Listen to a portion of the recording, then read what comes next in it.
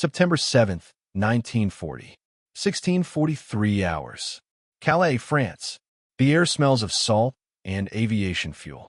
Major Heinrich Vollmer stands on the observation platform overlooking the English Channel, binoculars pressed against his eyes. The water is gray-green, choppy, unremarkable. 22 miles across that narrow strip of sea, he can see them. Those ridiculous lattice towers dotting the British coastline like skeletal giants, reaching uselessly toward heaven. He lowers the binoculars and laughs. Not a cruel laugh, but the confident chuckle of a man who understands physics, who has studied electrical engineering at Stuttgart, who knows what is possible and what is propaganda. Chain home. The British call their radar network. Vollmer has read the intelligence reports. Primitive. Clumsy. The towers stand over 300 feet tall because the British lack the technical sophistication for mobile units. They operate on laughably low frequencies, 20 to 30 megahertz, frequencies the Luftwaffe abandoned 2 years ago as obsolete. The wavelengths are so long they cannot detect aircraft flying below 500 feet. The system cannot determine altitude with precision. It cannot guide fighters to individual targets. German radar, the Freya and Würzburg systems, operates at 120 to 560 megahertz. Compact, mobile, precise, superior in every measurable specification. Vollmer lights a cigarette and watches the first wave of Heinkel bombers form up over the coastline. 348 bombes. 617 fighters. The largest aerial assault in human history. Tonight, London burns. Within weeks, Britain surrenders. The towers cannot save them. He does not yet know that within 90 minutes, 17 of those bombers will not return. He does not yet understand that those ugly towers have already seen him. The mathematics of certainty. The Luftwaffe's confidence was not arrogance. It was calculation. In the summer of 1940, German technical intelligence possessed detailed assessments of British radar capabilities. Captured equipment. Interrogated technicians. Photographic reconnaissance of every chain home station from Dover to Edinburgh. The conclusion was unanimous. British radar was a crude, early warning system, nothing more. And the mathematics supported German superiority. The Freya system could detect aircraft at 120 kilometers with directional accuracy within 1 degree. The British chain home could barely manage 100 miles under ideal conditions, with angular accuracy so poor that multiple stations had to triangulate just to approximate a bomber's position. General Major Wolfgang Martini, chief of Luftwaffe Signals Intelligence, submitted his assessment in July 1940. The British detection apparatus represents a technological dead end. Its physical limitations cannot be overcome without complete redesign. It poses no meaningful threat to concentrated daylight operations. The report landed on Hermann Göring's desk with a red stamp, verified. But there was something the German engineers had not calculated, could not have calculated, because it violated their understanding of how technology functioned. The British had not built a radar system. They had built a nervous system. Every chain home tower was connected by secure telephone lines to fighter command headquarters at Bentley Priory. Every radar plot, however imprecise, was filtered through the filter room, where WAFs, Women's Auxiliary Air Force, moved wooden blocks across massive plotting tables. Every filtered plot fed into sector control rooms, which directed individual fighter squadrons with unprecedented coordination. The radar towers were not isolated sensors. They were nodes in an integrated air defense network that fused detection, command, and response into a single organism. German intelligence had photographed the towers. They had captured the equipment. They had measured the frequencies. But they had not understood the integration. On August 8, 1940, the first major daylight raid against a British convoy saw 57 Luftwaffe aircraft engage. The British scrambled fighters from 3 different sector stations simultaneously, achieving concentrations that should have been impossible given radar's limited precision. 17 German aircraft failed to return. Göring demanded answers. Martini's analysts reviewed the data. Perhaps the British had spotters. Perhaps it was luck. Perhaps the weather had been unusually clear. Perhaps. The raids continued. The losses mounted. 21 bombers on August 11th, 31 on August 13th, 47 on August 15th, the day the Luftwaffe flew 520 bomber sorties and discovered that no matter where they crossed the channel, British fighters were waiting. In the operational headquarters outside Paris, Luftwaffe planners spread maps across oak tables and tried to solve an impossible equation. How were the British concentrating fighters at the exact point of interception every single time? The towers remained standing. The first testimony, Oberleutnant Franz Stigler, brought his damaged Bf 109 down at Calais on August 16th with hydraulic fluid streaming from bullet holes, his hands still shaking. The debriefing officer asked standard questions: enemy strength, tactics, observed losses. Stigler interrupted him. "They were waiting for us," he said quietly. Not responding. Waiting. The officer made note. Combat stress. Recommended rest. But Stigler insisted. "We crossed at 15,000 feet, 30 kilometers south of our log flight plan. Weather conditions limited visibility to 4 kilometers. Yet 6 minutes after crossing the coast, 6 minutes, we encountered a full squadron climbing directly into our formation vector. Perhaps coastal observers in clouds?" Stigler's voice rose. "We were in clouds. They cannot have seen us. They cannot have tracked us visually. But they knew exactly where, exactly when." The report went to Martini's office. It joined 43 similar reports from the previous week. On August 18th, Göring ordered direct attacks on the radar towers themselves. Finally, if the British valued them enough to build them, Germany would eliminate them. Junkers 88 bombers struck Ventnor Station on the Isle of Wight, cratering the ground, destroying buildings, severing power lines. Reconnaissance photos showed devastation. The station went silent. Göring declared success. German bombers would now operate freely in that sector. Except they didn't.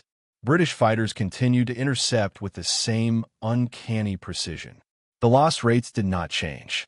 What German intelligence did not know, could not have known, was that within 18 hours, the British had erected a mobile chain home low unit 5 miles from the destroyed station. Within 72 hours, they had rerouted plots from adjacent stations to cover the gap. Within 1 week, Ventnor was partially operational again, its essential equipment salvaged from the rubble and reinstalled in temporary structures. The British had not built monuments to technology. They had built redundancy, resilience, a system designed not for elegance, but for survival. Vollmer returned to the observation post at Calais on August 24th. The towers still stood against the horizon, unchanged, unbowed. He counted them through his binoculars: Dover, Rye, Pevensey, Poling, Ventnor's replacement. For the first time, he felt something unfamiliar crawl up his spine. Doubt. The industrial revelation, the numbers began arriving in October. Not battlefield reports. Those were confusing, contradictory, colored by trauma and incomplete observation. But production numbers, delivery schedules, factory outputs captured from downed aircraft manufacturers' documentation and refugee interrogations. Britain was not simply defending.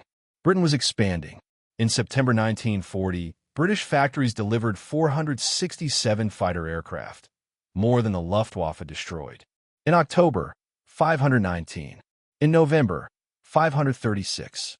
The numbers defied everything German economic intelligence predicted. How?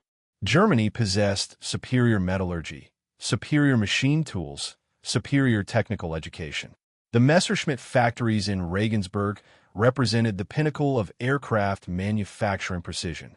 Yet Britain, blockaded and bombed, was outproducing German fighter production by 40%. The answer arrived in fragments, pieces of a puzzle that refused to form a coherent picture. British factories operated 24-hour shifts. Workers, including women, children, and elderly men, rotated through 3 8-hour periods with 30-minute overlap for handoff. German factories ran single shifts with specialized craftsmen because quality required training and precision demanded expertise. British aircraft used simplified assemblies and interchangeable parts manufactured to tolerances that would horrify a German engineer. A Spitfire wing spar could be produced by any of 7 different factories and installed without custom fitting. German aircraft required skilled fitters to hand-adjust each component. British production lines moved. Workers stayed stationary while partially assembled aircraft rolled past on tracks, each station adding specific components in time sequence. German factories kept aircraft stationary while workers moved between them, because this allowed proper oversight and quality inspection. Oberst Werner Baumbach, a bomber pilot shot down over Kent and briefly held before exchange, later wrote, "I saw their factories during transport to the prison camp. They look like chaos. Workers in shirt sleeves, women in headscarves, no uniforms, no apparent supervision. Components scattered everywhere. And yet they claim to be producing 50 aircraft per day from that single facility. I did not believe it. I could not believe it. 3 weeks later, I saw reconnaissance photos of that same factory. 63 completed Hurricanes sat on the airfield awaiting delivery. I counted them myself. The British had abandoned precision for volume. They had sacrificed elegance for quantity. They had violated every principle of proper manufacturing discipline. And they were winning. In November, Lord Beaverbrook, the Canadian-born press Baron Churchill, had appointed Minister of Aircraft Production, implemented the Civilian Repair Organization, which recruited automobile mechanics, furniture craftsmen, and metal workers to repair damaged aircraft in small workshops scattered across England. These untrained civilians used car parts, furniture wood, and scrap metal to return hundreds of destroyed fighters to service. A German technical officer reviewing captured intelligence reports wrote in the margin, "Impossible. These repairs would compromise structural integrity." But the Spitfires kept flying. By December 1940, Britain possessed more operational fighters than it had in June. Germany had lost over 1,800 aircraft, irreplaceable machines representing thousands of hours of skilled labor. The Battle of Britain was over. Germany had lost, not because British technology was superior, but because British desperation had generated an adaptive, resilient system that German excellence could not overcome. Vollmer received transfer orders in January 1941. The observation post at Calais would be maintained, but the invasion of Britain was postponed indefinitely. He took one final look across the channel. The towers still stood. He understood now. They had never been the real weapon. The weapon was the nation that built them, a nation that valued survival over perfection, adaptation over doctrine, and collective improvisation over individual mastery. A nation that would accept any sacrifice, embrace any inefficiency, and deploy any resource to remain free. The human cost of certainty. Lieutenant Horst Schreiber's last letter home arrived 3 weeks after his death. His mother opened in the kitchen of their apartment in Hamburg on October 17, 1940. The paper was thin, the handwriting hurried, but precise. Horst had always been precise. "We are told the British are finished. Every briefing shows us their declining numbers, their failing resolve. Yet yesterday, we lost 6 aircraft from my squadron over Southampton. 6. And the British fighters came at us from below, from sun, from clouds, positions that should have been impossible if they were as desperate as we are told. I have stopped believing the intelligence reports. I believe what I see through my gun sight. And what I see is an enemy who knows where we will be before we arrive." The letter continued for 2 pages, describing technical details his mother could not understand. Frequencies, altitudes, intercept vectors. But the final paragraph needed no translation. "If we do not adapt, we will lose. Not because they are stronger, but because they're learning faster than we are willing to change." Horst Schreiber's Bf 109 went down over Dover on September 27th. The official report listed engine failure. His squadron commander knew differently. 4 Spitfires had caught him during a turn, 3 bursts, no chance for recovery. His mother kept the letter in a wooden box with his school certificates and a photograph of him in uniform, smiling, confident, 23 years old, and certain he was fighting for a righteous cause. The British perspective was no less human. Flight Lieutenant James Nicholson earned the only Victoria Cross awarded to Fighter Command during the Battle of Britain. His Hurricane had been set ablaze by a German fighter on August 16th, the same day Stigler reported his disturbing encounter. Nicholson's clothes ignited. His hands burned to the bone on the control stick. His face melted in the heat. But before bailing out, he steadied his burning aircraft, aligned his sights, and fired a final burst into the German fighter that had shot him down. He watched it spiral into the channel before releasing the canopy and jumping clear. He survived. Barely.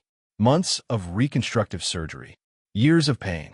When asked why he had not bailed out immediately, he said simply, "I had one more chance to stop him from bombing someone's home. I took it." This was the difference. German pilots fought with skill, courage, and tactical excellence. But they fought for conquest, for ideology, for the expansion of Reich territory and the validation of racial superiority theories that degraded human dignity. British pilots fought for something simpler and infinitely more powerful: survival. The preservation of homes, families, civilization itself. The radar towers gave them minutes of warning. Their collective improvisation gave them concentrated response. But it was their moral clarity, the absolute conviction that defeat meant annihilation while victory meant only continued existence, that transformed warning into action, detection into defense. WAF operator Elizabeth Quayle sat in the filter room at Bentley Priory for 12-hour shifts, moving wooden blocks across plotting tables as radar returns translated into raid tracks. Her brother flew Hurricanes from Biggin Hill. Her sister drove ambulances in London. Her father manned an anti-aircraft battery in Dover. Every plot I pushed across that table represented German bombers heading toward someone's family, she recalled in a 1983 interview. Perhaps my brother would intercept them. Perhaps they would reach London and my sister would pull victims from the rubble. Perhaps my father would shoot at them while they dropped their bombs on his position. I never thought about technology or tactics. I thought about keeping my family alive for one more day. That was the weapon Germany could not defeat. Not the radar, not the Spitfires, not even the industrial capacity. The weapon was a people who would endure any hardship, accept any sacrifice, and deploy every available resource, technological, industrial, and human, to prevent conquest. German technical superiority meant nothing against British existential desperation. Precision meant nothing against adaptation. Doctrine meant nothing against improvisation. And certainty, the absolute confidence in German methods and German excellence, meant nothing against the messy, chaotic, undignified reality of a democracy fighting for its life. The cascade of consequence. The failure over Britain cascaded through every subsequent German military calculation like cracks spreading through ice. In June 1941, Germany invaded the Soviet Union with confidence restored. The Luftwaffe had learned from Britain, concentrating forces, attacking infrastructure, eliminating enemy air power on the ground before it could respond. Except the Soviets did not fight like the British.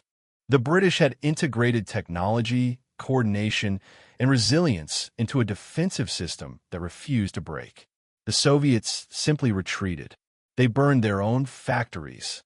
They dismantled entire industrial complexes, machines, workers, raw materials, and relocated them beyond the Urals, 1,500 kilometers east, to regions Germany could not reach. By December 1941, the Soviet Union was producing more tanks per month than Germany could destroy. By March 1942, Soviet aircraft production exceeded Luftwaffe losses. By 1943, the industrial capacity that Germany had thought destroyed was operating at full output from cities that did not exist on German maps. The pattern from Britain repeated: underestimation, initial success, mounting attrition, industrial surprise, strategic collapse. Then, December 7th, 1941, Pearl Harbor brought America into the war, and with it, an industrial capacity that made Soviet production look modest. German intelligence officers reviewed American manufacturing statistics with the same dismissive confidence they had applied to British radar towers. Americans produced automobiles and refrigerators, not weapons. Their tanks were under-armored. Their aircraft were obsolete. Their soldiers were undisciplined civilians playing at war. The numbers seemed to support this assessment. In December 1941, the United States Army fielded fewer than 200,000 active-duty soldiers, smaller than Portugal's military. American tank production for all of 1941 totaled 4,052 units, barely more than Germany produced in 3 months. What German analysts failed to grasp was that American industrial capacity was not organized for war production. It was organized for consumer abundance.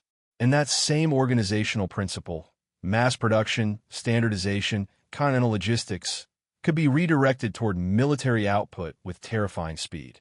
In 1941, American factories produced 5.9 million automobiles. In 1942, they produced 24,000 tanks and 48,000 aircraft. In 1943, 86,000 tanks and aircraft combined. In 1944, 96,000 tanks and aircraft. By 1945, American shipyards were launching a new aircraft carrier every month, a new destroyer every week, and cargo ships, Liberty ships, at a rate of 3 per day. General Major Alfred Jodl, reviewing intelligence estimates in late 1943, wrote, "These numbers cannot be accurate. They represent more production than the total industrial capacity of Germany, Britain, and the Soviet Union combined." The numbers were accurate. America was not fighting a war of precision. It was fighting a war of abundance. German U-boats sank 3,500 Allied merchant vessels during the war. American shipyards built 5,200 replacements. The Luftwaffe destroyed thousands of American bombers over Europe. American factories delivered them faster than Germany could shoot them down. German tank crews achieved kill ratios of 5-to-1 against American Shermans. It did not matter. For every Panther tank Germany produced, America built 5 Shermans, 10 trucks, and enough fuel to run them all across France. The arithmetic of attrition reversed. German excellence became a strategic liability because excellence required time, training, and irreplaceable expertise. American adequacy became unstoppable because adequacy could be mass-produced by semi-skilled workers in factories running 3 shifts across a continent immune to bombing. Oberst Hans von Luck, a panzer commander, later wrote, "We won every tactical engagement. We outmaneuvered them. We outshot them. We destroyed their tanks at absurd ratios. And yet they kept coming. Always more tanks, more fuel, more ammunition, more food, more everything. We were fighting a war of quality against quantity. And we lost because wars are decided by arithmetic, not excellence." By 1944, the combined industrial output of America, Britain, and the Soviet Union exceeded Axis production by a factor of 3-to-1. In steel, 4-to-1. In oil, 7-to-1. In machine tools, trucks, and logistics infrastructure, effectively infinite to 1.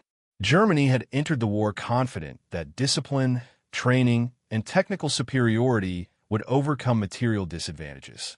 They discovered that in industrial warfare, material advantage is everything. The British radar towers had been the first lesson. Integration and resilience matter more than individual technical excellence. The Soviet retreat had been the second. Strategic depth and industrial mobility can absorb tactical defeat. American abundance was the final revelation. Democratic capitalism, operating at continental scale, generates productive capacity that centralized planning cannot match. Letters from the Abyss in March 1945, SS Hauptsturmführer Klaus Barbie entered a captured American supply depot outside Remagen. His report, recovered from Wehrmacht archives in 1962, described what he found with the clinical precision of a man cataloging his own civilization's defeat. The depot covers 14 hectares. It contains 8,000 tons of ammunition, 12,000 jerrycans of fuel, 6,400 individual ration packs, 2,100 replacement engines, medical supplies sufficient for 50,000 casualties, and 847 complete vehicles in various stages of assembly. This represents the 7-day supply reserve for a single American armored division. We captured it intact. It will sustain our entire remaining Army group for 9 days. The implications were inescapable. What sustained a single American division for 1 week could sustain an entire German Army group for 9 days. The ratio spoke for itself. Private Wilhelm Hoffmann's diary, found on his frozen corpse outside Stalingrad, contained an entry for November 1942. Asterisk, today we opened a captured American container dropped for the Soviets. It contained 20 Thompson submachine guns, 18,000 rounds of .45 caliber ammunition, 40 winter coats, far superior to ours, medical supplies including penicillin, which we have never seen, 200 kilograms of chocolate, and 150 cartons of cigarettes. Asterisk, this was one container. The Soviets receive hundreds daily. We are not fighting the Soviet Union. We are fighting American factories. General Oberst Heinz Guderian, architect of Blitzkrieg doctrine, wrote in his memoirs of a meeting with Hitler in January 1945, I presented production figures showing that American industry had delivered 88,410 tanks since 1942. The Fuhrer dismissed them as enemy propaganda. I showed him photographs of American supply dumps captured during the Ardennes offensive, mountains of material stacked like city blocks. He claimed they were falsified. I realized then that we had lost not because our strategy failed, but because our understanding of reality had failed. We had built a worldview based on racial superiority and ideological certainty.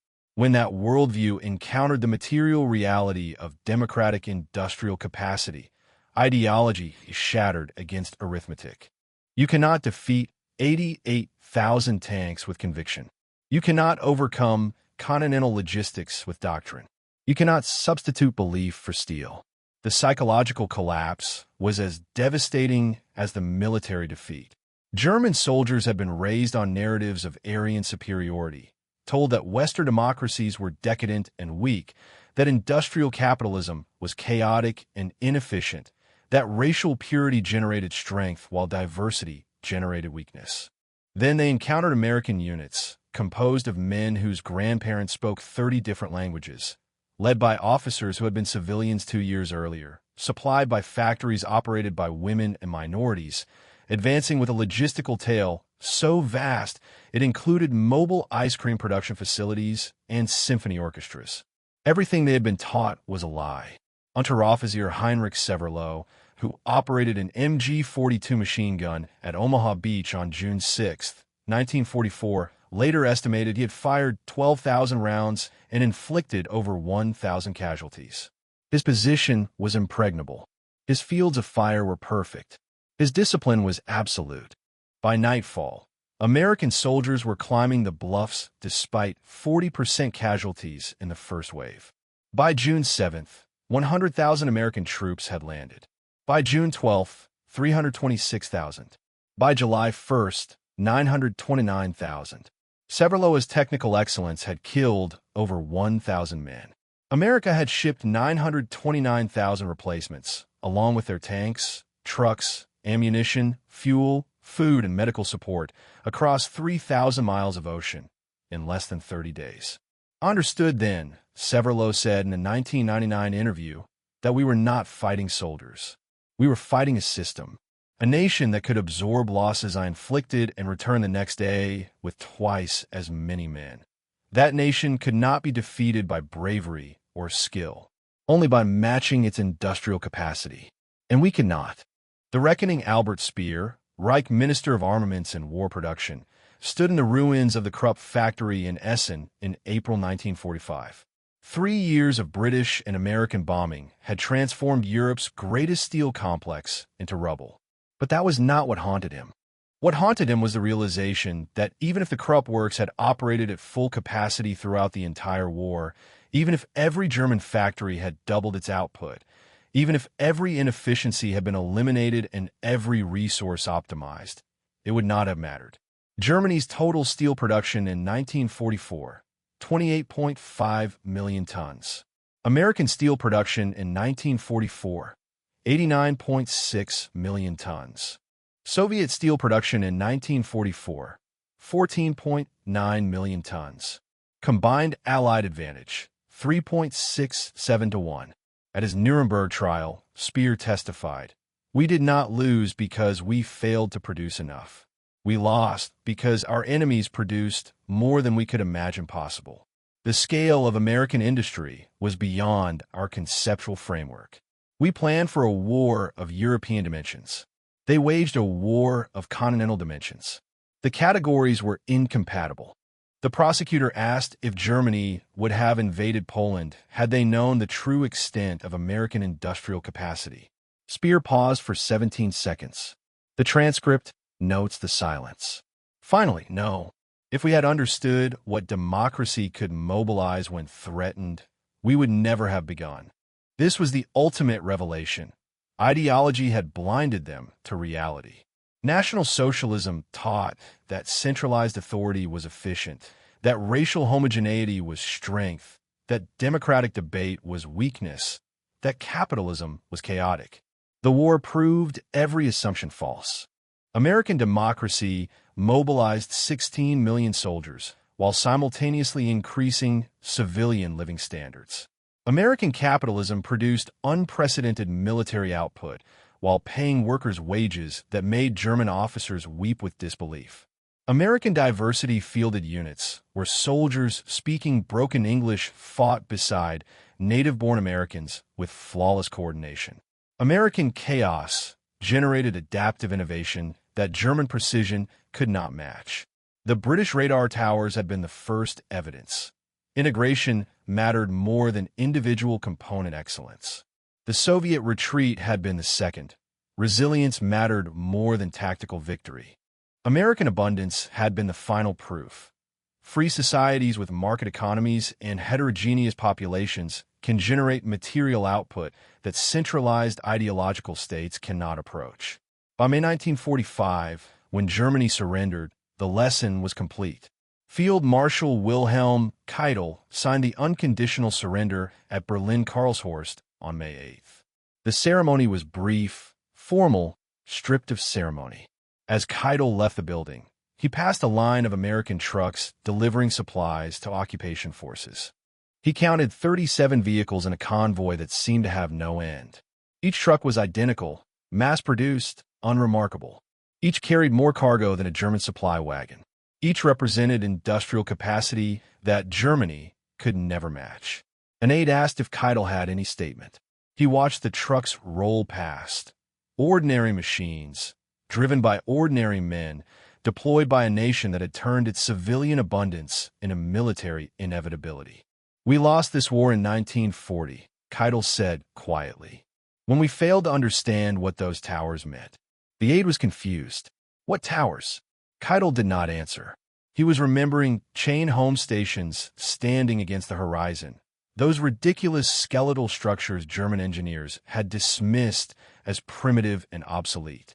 Those towers had not been radar installations. They had been warnings.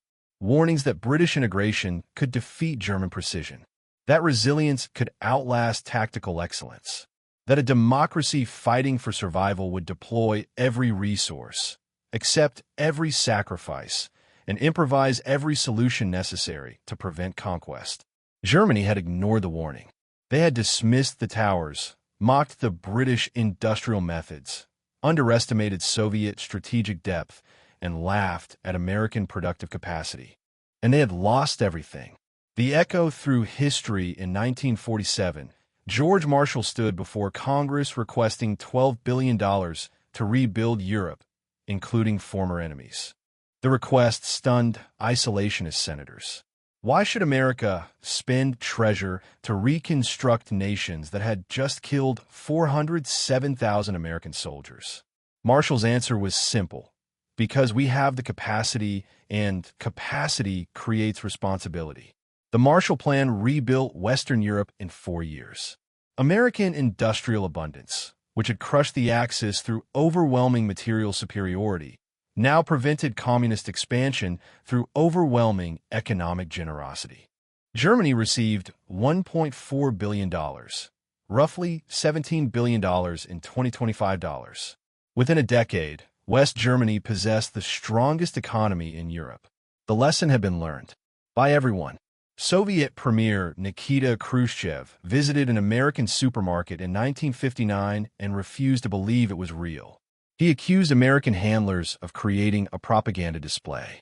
When assured that every American city had dozens of such stores, accessible to ordinary workers, he returned to Moscow shaken.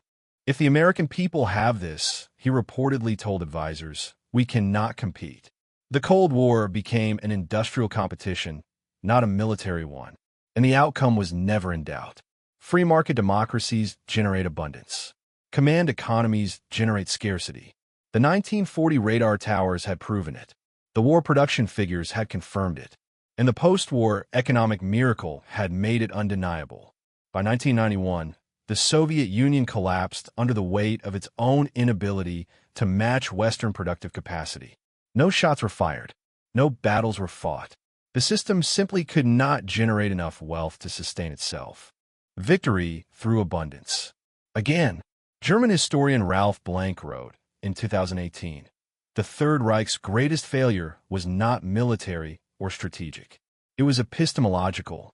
They could not comprehend a worldview different from their own. When they encountered British resilience, Soviet depth, and American abundance, they dismissed each as anomaly rather than evidence. They chose ideology over observation, certainty over adaptation, and that choice destroyed them. Today, those radar towers are gone. Chain home stations were dismantled after the war, sold for scrap, forgotten by everyone except historians and a few elderly veterans who remember staring at them across the channel. But their lesson remains, carved into history like words in granite. Freedom is not weakness. Diversity is not chaos. Democracy is not decadence.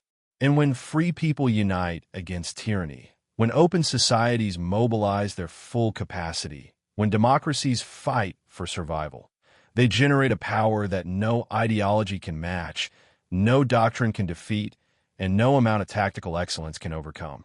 The towers stood as testament to a simple truth. Those who fight for freedom fight with the strength of nations. Those who fight for conquest fight only with the strength of armies. And in the end, nations always prevail. The last word. Major Heinrich Vollmer survived the war. He was captured by American forces in 1945, held for 18 months, then released to rebuild his life in a shattered Germany. In 1963, he visited England for the first time as a civilian. He traveled to Dover, rented a car, and drove along the coast. The chain home towers were gone. Only concrete foundations remained, overgrown with weeds, forgotten markers of a defensive system that had saved civilization. He stood where the Swinggate Tower had been, looking back across the channel toward France.